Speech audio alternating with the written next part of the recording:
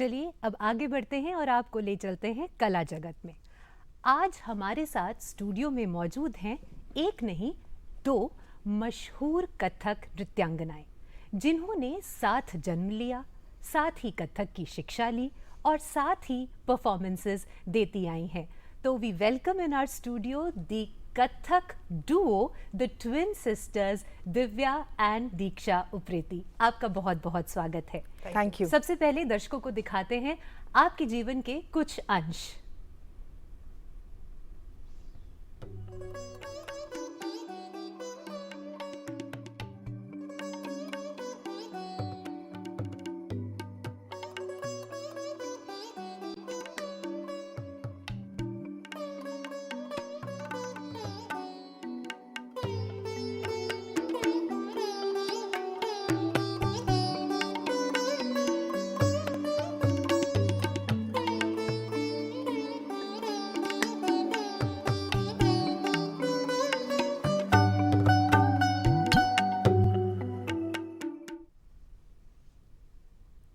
सबसे पहले तो ये पूछना चाहूंगी कि कथक के सफर की शुरुआत कैसे हुई, क्योंकि आपका जन्म तो एक संगीतमय परिवार में हुआ, तो कला से किसी इंट्रोडक्शन की ज़रूरत तो नहीं थी, पर कथक का ये सफ़र किस तरह से शुरू हुआ? कथक का चूँकि हमारे पिताजी तबला और पखावज के बहुत मशहूर संगत कलाकार रह चुके हैं, बहुत अच्छा बजाते थे, तो उन्हीं की वजह से और वो कथक के साथ संगत करते थे। और जब हम दोनों पैदा हुई तो उन्हें लगा ये दोनों जुड़वा हैं, एक जैसी दिखती हैं, आइडेंटिकल ट्विन्स हैं, तो ये कथक करेंगी तो अच्छी लगेंगी। हाँ। उन्हीं की वजह से उन्होंने हमें इस ओर मतलब इंट्रोड्यूस किया कथक के लिए, और बस वहीं से हमारा कह लीजिए कथक का सफ़र शुरू हो गया। तो आप खुद चाहती थी कि आप कथक नृत्यांगना बने? नहीं, इनिशियली नहीं। इनिशियली नहीं। स्टार्टिंग में तो पिताजी का ही था और माँ ने बहुत सपोर्ट किया, और इनफैक्ट सभी परिवार के सभी लोगों ने हमें सपोर्ट किया उस तरह से, तो हम दोनों की रुचि उतनी नहीं थी। बट कह लीजिए 6th क्लास ऑनवर्ड्स जब हमें एक स्कूल में रिकॉग्निशन मिलना शुरू हुआ अपनी कला की वजह से, पढ़ाई में तो था, पर उस टाइम पे ये था कि बहुत कम बच्चे हैं जो पढ़ाई के अलावा डांस कर रहे हैं या कुछ और विधा में हैं। तो जब हमें ये रिकॉग्निशन टीचर्स के थ्रू मिला, वहाँ हम दोनों को रियलाइज हुआ कि yes we are doing something different, something important, yeah and we should take it further. Yeah we should. But तब भी हमारा ये नहीं था कि हम इसी में आगे अपने आगे इसको प्रोफेशनली टेकअप करेंगे, बट ये क्लियर था कि पढ़ाई के साथ साथ अब डांस को सीरियसली करना है, एक मजाक के तौर पे नहीं कि चलो ठीक है जैसे हॉबी क्लासेस आजकल बच्चे करते हैं, वो हमारा दोनों का वो क्लियर हो गया था कि अब इसको रेगुलर रखना है।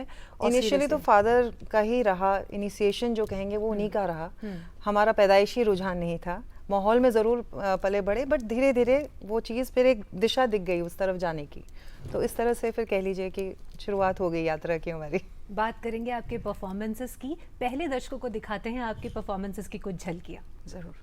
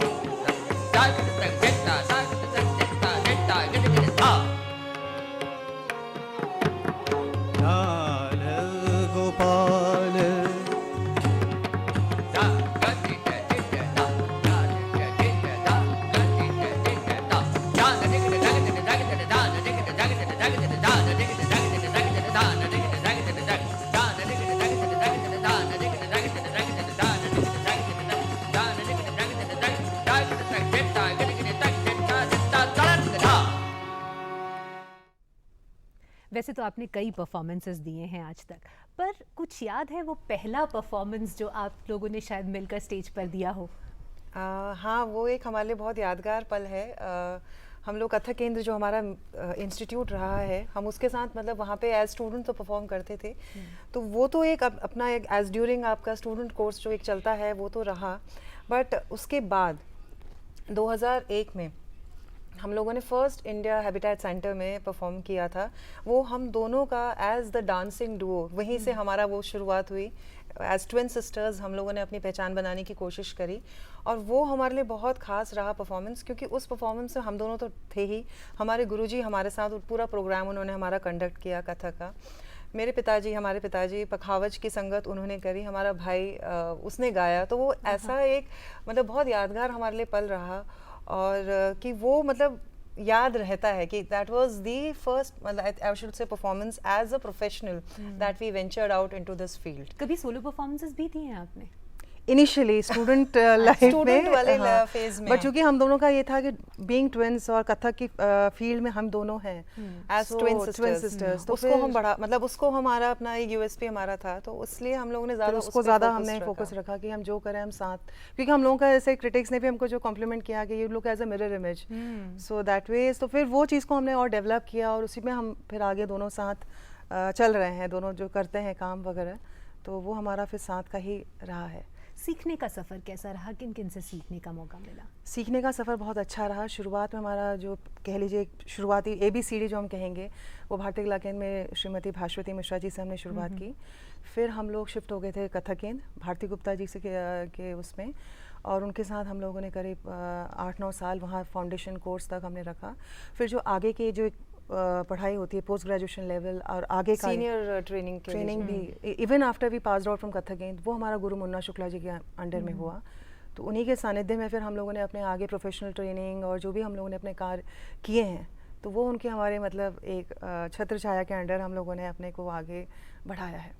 तो ये है। सोलो परफॉर्मेंसेस तो एक बात हुई, खैर जब जैसे आपने खुद कहा कि लोगों ने आपको कॉम्प्लीमेंट किया कि you look like mirror images of each other, तो जब साथ परफॉर्म करते हैं तो इससे पहले क्या किन चीज़ों का ध्यान रखना पड़ता है? आई थिंक वो मैं ये ज़रूर मानती हूँ, वो शायद हमें गॉड गिफ्ट है, क्योंकि हम ट्विंस तो हैं, और इत्तेफाकन हमें भी कई ट्विंस एज स्टूडेंट्स मिलते हैं। अच्छा। तो बड़ा अच्छा लगता है जब हम उनको देखते हैं, हम सोचते हैं अरे बचपन में हम भी शायद ऐसे ही थे।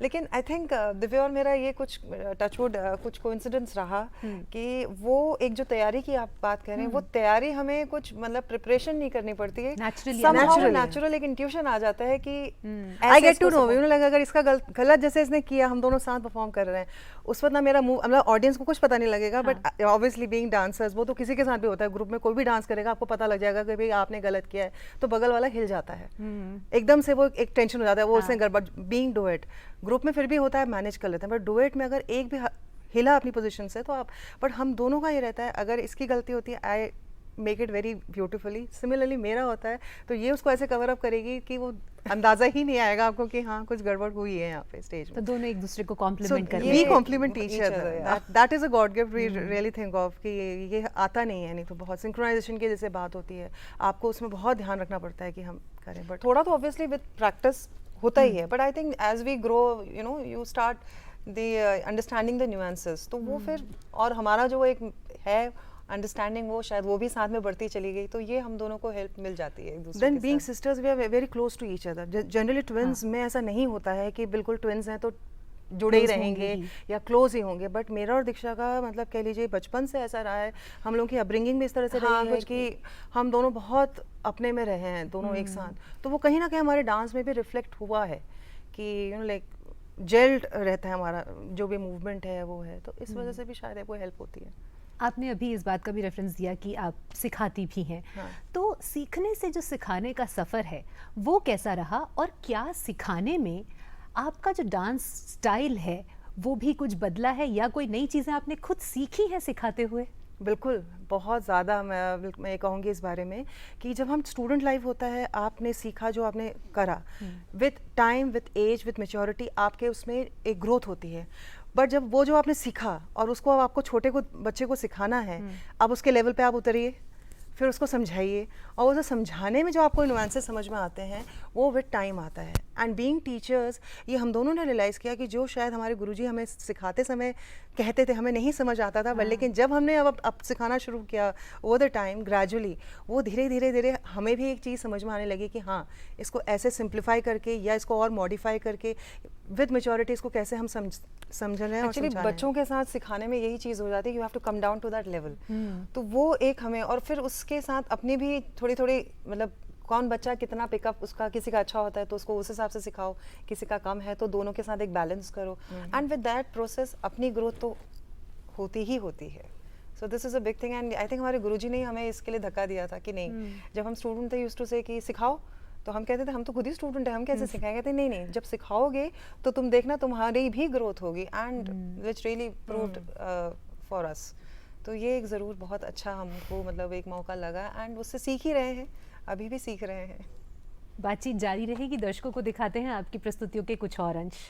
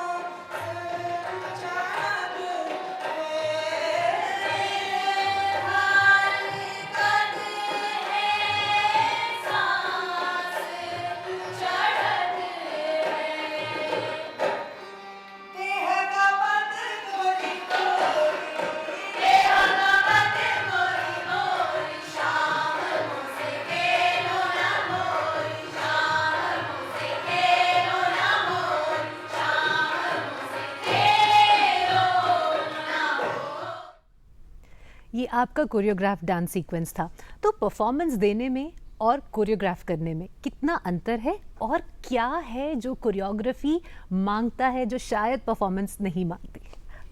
आई थिंक दोनों चीज़ें काफ़ी जुड़ी हुई हैं, हम ये नहीं कह सकते कि दोनों अलग अलग हैं, क्योंकि जब हम उसको कोरियोग्राफ कर रहे हैं, जैसे ये वाला पर्टिकुलर सीक्वेंस था, ये इंदर सभा का एक बिट है जिसमें इसमें मैंने पुखराज परी का वो रोल निभाया था, और इसमें क्या था कि ये एक थिएटरिकल परफॉर्मेंस था, तो उसमें हम लोगों को बिंग एज अ परी हमें उसमें रहना था, और मुगल पीरियड दिखाना था, कथक, और जैसे हम लोगों का कथक रहा है बेस, तो उसके साथ उस कोरियोग्राफी को निभाते हुए उसमें जो न्यूएंसेस हैं भाव के, वो पा लागो कर जोरी वो कह रही है उसको, क्योंकि हमने उसको लाइव गाया था और वहीं पे किया था, तो कोरियोग्राफ करते समय ये न्यूएंसेस ध्यान में रखे कि जब हम परफॉर्म करेंगे, हालांकि हमने इसमें ग्रुप भी किया था, और उसमें ये रहना पड़ता है कि थिएटर में कितना आप करें कि आपकी परफॉर्मेंस भी आ जाए, और डांस करते समय एक डांस का न्यूएंस भी आ जाए कि हाँ ये एक अभिनय के तौर पे